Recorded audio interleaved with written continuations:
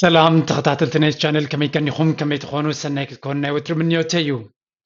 لو من ريارستي أبزي هلو كنتات مع كنات زي العالم بيزيجير وانزولو ويدما كله مع كن زيناتاتنا عالم زجارب على زلوا أجد داسار استدما زخوني ورارناي روسيا ورارناي بوتين أب يوكرين يكون بل سالساي معالتو أغير زلو ورار ويكا وج أب يوكرين ቆላሕታ ናይ ዓለም ሙሉ ብምሉእ ተቆፃፂርዎ ኣሎ እንተበልና ምግናና ኣይኮነን ሶ ሎሚ ንሪኦ ቁርብትለይ ድሕሪ መጋረጃ ዘሎ ነገራት ክንፍትን ኢና እሱ ድማ ንቭላድሚር ፑቲን መራሒ ናይ ሩስያ እንታይ እዩ ንዩክራይን ንክወርር ኣበጊስዎ ዘሎ ወይ እንታይ እቲ ድርኺት እንታይ እቲ ሞቲቬሽን ካበይ ዝብገስ እዩ ምርዳእ ኣገዳሲ እዩ ምክንያቱ ካብኡ ከናበይ ክቅፅል ንዝብል ንክትፈልጥ እቲ ዕላማታት ናቱ ምፍላጥ ኣገዳሲ ወይ ምድህሳስ ኣገዳሲ እዩ ብርግፅ ዕላማታት ናይ ቭላድሚር ፑቲን ንክትፈልጥ ቀሊል ኣይኮነን ብዙሕ ቲዮሪታት ድማ እዩ ዘሎ ገለ ካብቲ ብብዙሓት ኪላታት ዝንፍትዎ ዘለው ሲናርዮ ክንርኢ እንድሕር ኮይና ቀዳማይ እሱ እውን ኣብቲ ኔጎሲዬሽንስ ወይ ኣብቲ ዘተታት ብተደጋጋሚ ክተቕሶም ፀንሑ ነጥብታት ክንርኢ ኢና ተቐዳመይቲ ዝብላ ርቋሒ እንታያ ሴኪሪቲ ውሕስነት ናይ ሩስያ ኣሰካፊ እናኾነ ይመፅእ ስለ ዘሎ እዚ ሕጂ ካበይ ዝመፅእ ድሕሪ ምውዳቕ ናይ ኮልድ ዎር ወይ ካልኣይ ኩናት ዓለም ሃገራት ኤውሮጳ ነቲ ሽዑ ዘስፋሕፍሕ ዝነበረ ናይ ኮሙኒዝም ሓይሊ ንምግታዕ ከምኡውን ነቲ ምዕራብ ሃገራት ድሕሪ ትውግእ ተዳኺመን ስለ ዝነበራ ብሓደ በበይነን ካብ ዝቃለሳ ወይ ድማ ነቲ ካልእ ውግእ ካብ ምስዓብ ሓደ ጥሙር ሓይሊ ናይ ሰሜን ኣትላንቲክ ወይ ከዓ ናቶ ተባሂሉ ዝርቋሕ ኪዳን ኣቑመን ማለት እዩ እጂ መጀመርያ እተን ምዕራባውያን ሃገራትን ኣሜሪካን እየን ኣባላት ናይ ዝነይረን ምስ ግዜ ክንቀስ እናበላ እተን ኣብ ተስዓታት ድሕሪ ምውዳቕ ናይ ሶቪየት ዩኒዮን ሓደ ዓብይ ሓይሊ ነይር ቀደም ሕብረት ሶቪየት ንብሎ ነበርና ማለት እዩ ኣብ ተስዓታት ኣብ መጀመርያ ተስዓታት ምስ ወደቐ ብዙሓት ሃገራት ናፅነተን ረኺበን ገለ ካብተን ናፅነተን ዝረኸባ ሃገራት ድማ ብዙሓት ካብተን ዴሞክራሲ ከም ምሕደራናተን ተጠቂመን ዴሞክራሲ ስለ ዝኾና ድማ ዴሞክራቲክ ስቴት ስለ ዝኾና ድማ ምስተን ናይ ዴሞክራሲ ምዕራባውያን ሃገራት ጥቡቕ ዝምድና ገይረን እቲ ናይ ራሽያ ስክፍታ ስለ ዝነበረን ድማ ሓደ ብሓደ ኣባላት ናይቲ ናይ ኣትላንቲካዊ ኪዳን ወይ ከዓ ኔቶ ተባሂሉ ዝፍለጥ ኣባላቱ ክኾና ጀሚረን ስለዚ ገለ ካብተን በዓል ፖላንድ ኣለዋ በዓል ሃንጋሪ በዓል ላትቪያ ኤስቶኒያ ሊትዌንያ ዝበሃል ሃገራት እዚኣተን ናብቲ ኔቶ ዝበሃል ዩኒቲ ኣትየን ማለት እዩ ሕጂ እታ ጌም ኣብያ ትጅምር በብሓደ ስለ ዝወፃ ዘለዋ እዚኣተን ካብ ዶብ ምስ ራሽያ ስለ ዘለወን እቲ ኔቶ ዝበሃል ናብ ራሽያ ተፀጊዑ ማለት እዩ ብኡ መንፅር ድማ ዩክሬን ሓንቲ ካብተን ኣገዳስቲ ሃገራት ካልይቲ ኣገዳሲት ሃገር ኣብ ግዜ ሕብረት ሶቪየት እያ ነይራ ዩክሬን ብካልእ ኣዘራርባ ብምሉእ እቲ ኒኩለራዊ ኣፅዋር ናይ ሶቪየት ዩኒዮን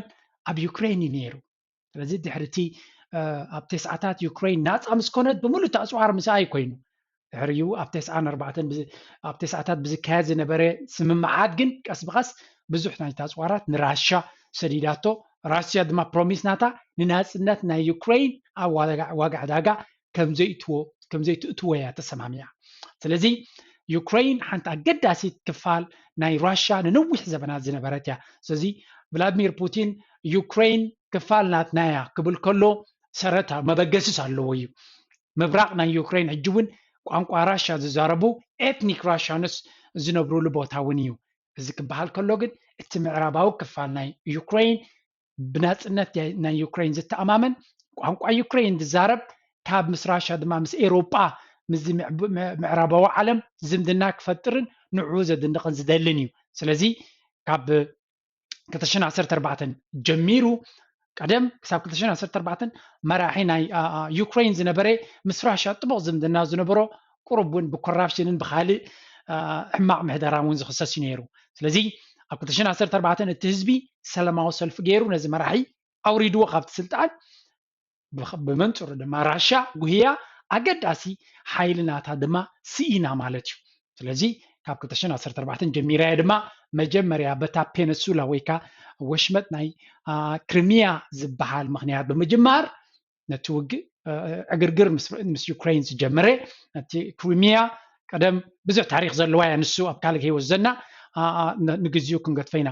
በቲ ኮይኑ በቲ ኣብ 2014 ብርቱዕ ዝኾነ ውግእን ዕግርግርን ኣብ መንጎ ዩክሬንን ራሽያን ኣጋጢሙ ምክንያት መበገሲ ክሪሚያ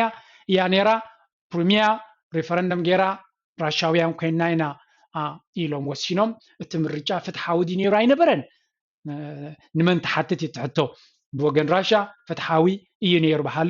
ባህሊ ክኸውን ከላ ብምዕራባውያን ከዓ ዘይፍትሓዊ ንክሪሚያ ንምጥማር ዝተገበረ እዩ ዝብል ርእይቶ እዩ ዘሎ በቲ ኮይኑ በቲ ንክሪሚያ ሒዞም ብውሽጢ ናብቲ ዶኔክስ ዝበሃል ወይ ድማ እቲ ክልተ ዶኔክስ ሓንቲ ስቴት ኣለዋ እቲ ኢስተርን ፓርት ራሻውያን መበቆል ዘለዎም ዝቕመጥሉ ንኣባታትን ብርቱዕ ዝኾነ ክርፍስ ምስ መንግስቲ ዩክሬን ፀኒሑ ማለት እዩ ስለዚ ናይ ዩክሬን ቀንዲ ኣገዳስነት ዩክሬን ናብ ኔቶ እንድሕር ከይዳ ወይ ከዓ ናብ ኤውሮጳ እንድሕር ከይዳ ሩስያ መሊሳ እቲ ፅልዋናታን እቲ ናታ እቲ ናይ ኔቶ ፅልዋኻ ድማ ናባ እናቐረበ ስለ ዝመፅእ ኔቶ ከንታይ ዘፈርህ ኣካል ኣለዎ እንተኢልና ኔቶ ብሶፊስቲኬትድ ኣፅዋራትን ሚሳይላትን ናይ ኣሜሪካ ዝዓጠቐ ክዳን እውን ስለ ዝኾነ ስለዚ ኣብተን ዶብዶብ ዘለዋ ባሊስቲክ ሚሳይልስ ናይ ኣሜሪካ ናብ ራሻ ገፁ ዘቕንዐ ከም ዘሎ እያ ራሻ ትዛረብ ኔቶ ካየብልናን በሃልትዮም በቲ ኮይኑ በቲ ናባና ተፀጊዖም ንውሕስነትና ኣሰካፍዩ ባህልዩ ቭላድሚር ፑቲን በቲ ካልእ ግምጣሉ ድማ እቲ ናይ ቀደም ሓይሊ ናይ ራሻ ኩሉ ግዜ ምስ ተሓሳሰቦን ባህጊ ጥሙሕነት እቲ ናይ ቀደም ዝነበሮም ፅልዋ ክመልስ ዝፍትን ዜጋውን ስለ ዝኾነ ቭላድሚር ፑቲን ኣብ ዝሓለፈ 22 ዓመት ኣብ ስልጣን ኣብ ዝፀንሓሉ እንተሪኢና እንታይ ገይሩ ነቲ ሓይሊ ናይ ራሻ ኣታዊታት ናይ ራሻ ብዓብዩ ኣብ ወታደራዊ ዓቕምናታ ምልምል ዝኾነ ሰራዊትን ወታደራዊ ፅልዋን ንክህልዋ ብዙሕ ኢንቨስት ገይሩሉ ነቲ ወታደራዊ ዓቕሚ ድማ ሞደርናይዝ ገይርዎ ማለት እዩ ስለዚ ወታደራዊ ሓይሊ ናይ ራሻ ካብ ኤውሮጳውያን ኣዝዩ ልዕል ዝበለ ምስ ኣሜሪካ ዝተፋነን ክኸውን ኣኽኢልዎ እዩ ብርግፅ እጂ ነዚ ፅልዋናቱ ተጠቂሙ ነቲ ናይ ራሻ ፅልዋ ከዕቢ ብዙሓት ራሻውያን ራሻ ሶቪየት ዩኒየን ምውዳቓ ዘጉዮም ኣካል ምዃኑ ስለ ዝፈልጥ ነታ በኮትያ ተጠቂሙ ነቲ ዘሎ ድሌታት እና ንዑ ኢሉ ክቃለስ ከሎ ክጠቕሞ ስለ ዝኽእል ነቲ ናቱ ስልጣን ማለት እዩ ስለዚ ነቲ ኣብ ቴስዓታት ዝኸሰረቶ ሓይሊ ናይ ራሻ ከማልስ ዝፍትን ሓይሊ እውን እዩ እቲ ናብ ዩክሬን ተበጊሱ ዘሎ ውግእ ንዩክሬን ኣብቲ ኔጎሲሽንስ ቅድሚ ኩነታት ቅድሚ ዝውግእ ብዙሕ ፃዕርታት ኣብቲ ሰላማዊ ፃዕርታት ዝግበር ዝነበረ ብተደጋጋሚ ዝብሎ ዝነበረ ኔቶ ካብ ኩለን ሃገራት ናይ ቀደም ሶቪየት ዩኒየን ነበር ዝነበራ ክወፅእ ኣለዎ ብዘይ ቅድመ ኩነት እዩ ዝብል ነይሩ በንፃሩ እተን ሃገራት እተን ህዝቢ ምርጨን እዩ መሪፀን እየን ናብ ኔቶ ኣትየን ብሓይሊ ይኮነናት እየን ብካልእ ኣዘራርባ ዩክሬን ነፃ ሃገር እያ እንታይ የድልያ ምስ መን ዝምንና ትፈጥር ምስ መን ኣይትገብር ምርጫ እዩ ፑቲን ንሃገሩ ዳ እምበር ንካልኦት ሃገር ንረብሓናን ዝኸውን ነገር ግበራ ክብለን መሰል የብሉን ኣሲምፕለስ ዳ እዚ ግን ኣብ መንጎ መሰልን ፍትሕን ክንዛረብ ከለና ዳ እምበር ልዕሊ ፍትሒ ዘይምልከቶም ብናቶም ሓንጎልን ድሌትን ዝኸዱ መራሕቲ ዝኽተልዎ ፖሊሲ ኣይኮነን ማለት እዩ ሶ ብደገ ደገ ዝዛረቦ ቭላድሚር ፑቲን ናይ ራሻ ሴፍቲ ውሕስነት ዓብላልነት ዝትንክፍ ሓይላታት ክንፃባ ኢና ክብል ከሎ ብውሽጡ ግን ንሱ ዝደልዮ ዘሎ ሓይሊ ናይ ራሻ ፅልዋ ናይ ራሻ ዓቕሚ ናይ ራሻ ንምግፋሕ ኤክስፓንሽን ንምትእትታው ይብሉ ብዙሓት ኪላታት ሓንቲ ኣብዚኣ ብዙሕ ግዜ ሰብ ዘየስተውዓላ ግን ፑቲን ውግእ ክገብር ከሎ ሓደ ዓብይ ፋክተር ዘለዎ እንታይ እዩ ኣብ ውሽጡ ዘለዎ ዘይዕጉብነት ናይ ህዝቡ መሸፋፈንን መዕበጥን እዩ ዝኾኖ ስለዚ ንክሪሚያ ኣብ 2014 ወሪሩ ምስ ሓዛ ፖፑላሪቲ ናቱ ወይ ከዓ ሬቲንግ ናቱ ኣብ ራሻ ላዕሊ ይደይቡ ብዙሓት ራሻውያን ነቲ ቀደም ክግበር ዝግብኦ ስለ ዝገበረ ኢሎም ጅግና ብምባል ከተባብዑ ክኢሎም እጂ ድማ ንዩክሬን ወሪሩ ክሕዝ እንድሕር ክኢሉ ኣብ ውሽጢ ሃገር ዘሎ ፀገማቶምን ሽግራቶምን ቁጠባዊ ድኽመት ናቱ ናይቲ ምሕደር እውን ንምሽፋንን ንነዊሕ ንከመሓድር ስልጣን ንምርካብን ንምግባትን ክጠቕሞ ዝኽእል ፍልስፍና እዩ زخا أبوليتيكا حدش نجار أيكونن ناي قدام تلاقين تفتيركا نوشت أو هزبخا حالدنات نمفتار سلازع جزيو أب قدام كيت كان تسعيركا أو وشت زلو هزبخا كان كان فتوى كان جينا خصميكا سلازخل نزياد ما يتك أملاي تحطو حجي تي هزبي راشا زخل واقع زخفلو زلو نزيد اليو أتيو بزح واقع بتي موتن تساقاماتنا يوغن ترايدي كوني زي تعدني ቁጠባውን ፖለቲካውን ዲፕሎማሲያውን እገዳታት ይወሪድዋ ዘሎ ሃገር እዚ ድማ ብቐጥታ ነቲ ጅባ ናይቲ ህዝቢ ነቲ ሂወት ናይቲ ህዝቢ ኣዝዩ ዘካብድ እዩ ኣብዛ ሕጂ ቪድዮ ዝገብረላ ዘለኹ ጥራይ ኩነታት ጥራይ ኮይና ክንሪኦ ከለና እቲ ኣብ ልዕሊ ራሻ ዝንደፍ ዘሎን ተወሲኑ ዘሎን ሳንክሽንስ ወይ ከዓ እገዳታት ነቲ መሓውር ናይቲ ቁጠባ ብጣዕሚ ከፅብቦ ምዃኑን ንሂወት ናይ ራሻውያን ኣዝዩ ከቢድ ክገብሮ ምዃኑን ይረኣየካ ምናልባት ንፑቲን ሎሚ ኣብዚ ውግእ ከይፀልዎ ክእል እዩ ዓመት 5 ዓመት ብሕጂ ግን ቁጠባ ናይ ራሻ ካብቲ ዝነበሮ መሊሱ ከንቆልቆል ምዃኑ ዘርእየካ ሓይሊ እዩ ነቶም ናይ ምስፍሕፋሕ ሕልሚ ዘለዎም መራሕቲ ግን እቲ ናይቲ ሃገር ፀገም ብዙሕ ኣይረኣዮምን ስለ ዝኾነ እቲ ጥቡሕነት ናቶም ንቅድሚት ምኻድ ኣብ ስልጣን ነዊሕ ምፅናሕ እዩ ብርግፅ ፑቲን ነቲ ሕግታት ናይቲ ሃገር ጠማዚዙ ንነዊሕ ዓመታት ኣብ ስልጣን ከቐምጦ ዝኽእል ሕግታት ኣተኣትዩ ከም ዘሎ ብዙሓት ኪላታት ይሕብሩ እንታይ ክንብል ንኽእል ሕጂ ነዚያ ኩላ ዘረባ ቀንዲ ኣገዳስነት ናታ ኣበይ ዘሎ እንተኢልና እዚ ነገር እዚ ፑቲን ዝገብሮ ዘሎ ንሓንቲ ናፃ ዝኾነት ሃገር ምርጫታት ክትገብር ትደሊ ዘላ ሃገር ወሪሩ መሓዙ ንዓና ንኤርትራውያን እንታይ ትርጉም ኣለዎ ትብሉ that's very important to me ብዙሕ ግዜ ኣብ ዝሓለፈ ዓመታት ኤርትራ ልኡላውነታ ብዩኤንን ብዓለም ዝተመስከረላ እዩ ስለዚ ዝትንክፎ ኣካል ኩሉ ይክልኒ ዝወራ ኣካል ኩሉ ይክልኒ ፎልስ absolutely ጌጋ ምክንያቱ ዩክሬን ምስ ኤርትራ ናፅነታ ዝረኸበት ኣብ ተስዓ ቅድሚ ኤርትራ ናፅነታ ዝረኸበት ስልጥንቲ ሃገር ብባይቶ ዘለዋ ብዲሞክራሲን ብሕግን ትግዛእ ምርጫታታ ክትገብር ትደሊ ዘላ ሃገር እያ ራሻ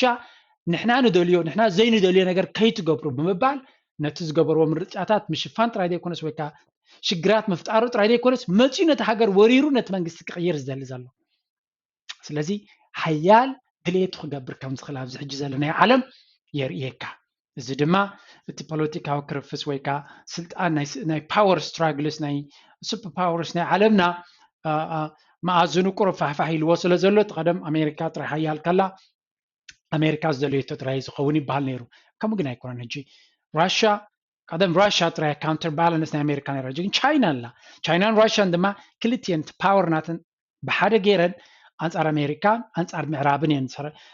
ነቲ ፓወር ስትራግል ሒዘንዎ ዘለዋ ስለዚ እቲ ራሻ ትገብሮ ዘላ ሕጂ ንሓንቲ ፍትሓዊት ሃገር ናፃ ዝኾነት ዲሞክራሲያዊትን ሉዓላውነት ዘለዋ ሃገርን ወሪሮም ድሌቶም ክገብሩ ምፍታኖም ኣዝዩ ዘሰንብት ክኸውን እዩ ዝግብኦ ንዓና ብፍላይ ነቶም ናሽቱ ሃገራት ኣብ ጎደቦና ድማ ነቲ ናፅነትና ዘይተኣማመኑሉን ከኣልይዎ ዝደልዩን ሃገራት ዘለውና ንዓና ኣዝዩ ኣሰካፊ ነጥቢ እዚ ነዚ ነገራት እዚ ድማ ብትርክን ክንግንኖ ይግባእ ኦፍኮርስ ናትና ምኹናንን ዘይምኹናንን ብዙሕ ለውጢ ከይህልዎ ይኽእል እንድዩ ግን ብሓፈሻ እንታይ ይርዳኣና እንተኢልና እዚ ኩነታት እዚ ንዓና ብኸመይ ክፀልወና ክእል ኣብ ከምዚ ኩነታት ዘጋጥም ዘሎ ፅባሕ ንግሆ ንዓና እውን ከጋጥመና ዝኽእል ዕጫ እዩ ምክንያቱ ጎረቤትና ኩሉ ግዜ ናትና ረብሓ ነቲ ሃገርና ናፃ ብምዃና ዘይሕጉስ ጎረቤት እውን ስለ ዘለና ኢትዮጵያ ማለት እየ ብትኽክል ስለዚ እዚ ጉዳይ እዚ ንዓና ብዕቱብ ክንሓስብን ከነስተውዕልን ናፅነት ዘለዎ ሃገር ተወሪራ ናፅነታ ክውረስ ከም ዝፍተን ንርኢ ኣለና ፑቲን ክሳብ ሕጂ ዲስኣፖይንትድ እዩ ኮይኑ ዘሎ ኣብ ውሽጢ ሰዓታት ክውድኦ ይሓሲብ ነይሩ ንሱ ከምኡ ይመሲልዎ ነይሩ ዝመስል ኪላታት ከም ዝብልዎ ማለት እዩ እንተሎሚ እቶም ዩክሬናውያን ዘይተፀበይዎ ወይ ከዓ ዓለም ዘይተፀበየቶም ብርቱዕ ሬዚስታንስ ወይ ከዓ ተቃውሞን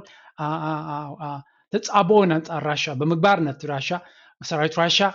ክሳብ ሕጂ ነቲ ሕልሙ ንከይፍፅም ዓጊቶሞ ከም ዘለዎ ንርኢ ኣለና ንክንደይ ክዓግትዎ እዮም ከመይ ክኸውን እዩ ኣብ ቀፃሊ ክንሪኦ ኢና እናተኸታተልና ድማ ንዑ ዝመስል ሓበሬታ ከብክፍትን እየ ብሓፈሻ ግን እቲ ወተሃደራዊ ኩነታት ንክኢላታት ንገድፈሎም እቲ ፖለቲካውን ኢኮኖሚካዊ ፅልዋናቱን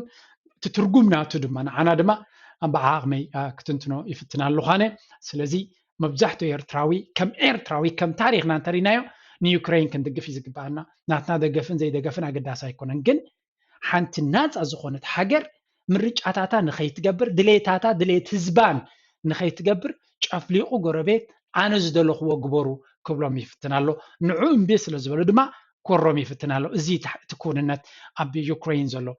ዩክሬን ድሌቶም ንኽገብሩ መሰሎም እዩ ህዝቢ ድማ መሰሉን ድሌታቱን ዝፈልጥ ህዝቢ ነዚ ዲሞክራሲያዊ ሕብረተሰብ ብናፃ ዝነብር ኣብ ሞስኮ ዘሎ ዘይ ዲሞክራሲያዊ ስልጣን ገቢቱን ንዓመታት ሒዙ ዘሎ ፑቲን ናብቲ ናቱ ሸረኽ ክእትዎም ዝፅዕሮ ዘሎ ብሓቂ ዝሕዝን ምዃኑን እዚ ድማ ኣብ ታሪክ ኤርትራውን እንተተመሊስና ርኢናዮ ኣብ 50ታት ኤርትራ ሓንቲ ኣዝያ ምዕብልቲ ብትምህርቲ ይኹን ብቁጠባ ልዕሊ ኢትዮጵያ ከም ዝነበረትን ኣዝዩ ብሩህ ዕድላት ዝነበራ እንትኾነ ንረብሓ ኢትዮጵያ ተባሂሉ ንድሕሪት ክድቋስ ከም ዝተገብረትን እዚ ነገራት እዚ ድማ ዝደጋገም ምዃኑን ስለዚ ኣስተውኢልና ክንሪኦ ክንክል ኣለና ምናልባት እጅ ብሃውሪ ብስምዒት ኣንጻር ኣሜሪካ ስለ ዝኾነ ኢልና ንዩክሬን ንድግፍ ኣለና ፅባሕ ንጎ ኣባና እውን ክመፅእ ዝኽእል ምዃኑ ኣስተውኢልና ክንከይድ ኣለና ኩሉ ግዜ ድማ እቲ ኩነታት ኣብ ዙርያ ዓለም ታሪክ እናተደጋገመ እዩ ዝኸይድ ብዙሕ ግዜ ይዘጋገም ካብዚ እንታይ ንመሃር እሞ እንታይ ዓይነት ኣተሓሳስባ ሒዝና ኣብ ጉዳይ ናይ ዓድና ብኸመይ ብጥንቃቐ ክንከይድ ክንክል ኣለና ንውግህን ንዕግርግርን ዘብፅሕ ኩነታት ክንፈጥር ከም ዘይብልና ብርግፅ ኣብዚ ሕጂ እቲ ዘለና መንግስቲ ንኸምታት ዕድል ዝበና እውን ኣይኮነን ንፅባሕ ንግሆ ግን ክንሓስበሉን ከነስተውለሉን ዘለና ነጥብታት ኮይኑ ይስምዓኒ ኣይሆፕ ሓደ ሓበሬታ ወይ ከዓ ሓደ ኣፍልጦ ብዛዕባ ዘለሉ ኩነታት ንክህልወና ክትሕግዝ ትኽእል እያ ኢለ ገይረያ ተፈቲኹም መላይ ከብዋ ርኢቶናትኩም ወይ ክትፈልጥዎ ትደልዩ ወይ ካልእ ሓሳባት ኣለኩም ኣብ ኮሜንት ክፅበየኩም እየ እናበልኩ ዛርስቲ ኣብዚ ክንውዲና ኣብ ካልእ ክሳብ ንራኸብ ድሓን ኩኑ ብለኩም ሰሰናዩ ቻው